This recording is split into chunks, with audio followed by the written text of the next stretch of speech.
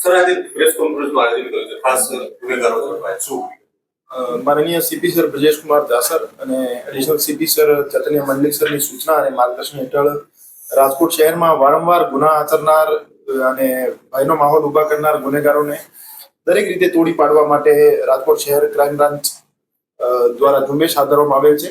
આ ઝુંબેશના ભાગરૂપે એસીપી શ્રી ભરત બસિયા સાહેબ, પીઆઈ શ્રી મેહુલ ગોંડિયા સાહેબ, પીઆઈ શ્રી મનોજ દામોર સાહેબ અને પીઆઈ શ્રી ચિરાગ જાદવ સાહેબની ટીમ દ્વારા શહેર વિસ્તારના બી ડિવિઝન એરિયામાં ઇબલા ગેંગ નામની ટોળકી, જેના વિરુદ્ધ 89 જેટલા ગુના દાખલ થયેલા છે, એમાં 4 ખૂનની કોશિશ, 5 લૂંટ અપહરણ, 11 રાયોટિંગ, 1 છેડતી અને 29 મારામારી અને બીજા પ્રોહિબિશન અને આર્મ્સ એક્ટના ગુના દાખલ થયેલા છે.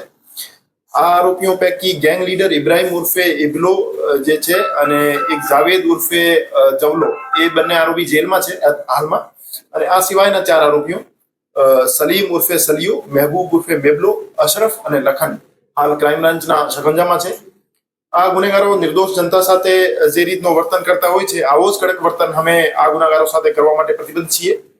રાજકોટ શહેરમાંથી ગુનેગારોને સાફ કરવાની આ ઝુંબેશ આવનાર સમયમાં આક્રમક રીતે ચલાવવામાં આવશે અને આવનાર અમુક દિવસોમાં બીજી 3 ગેંગ વિરુદ્ધ જીસીટીઓસીની કાર્યવાહી કરવામાં આવશે. સર, મુખ્ય ક્યાં ગુના આચરવામાં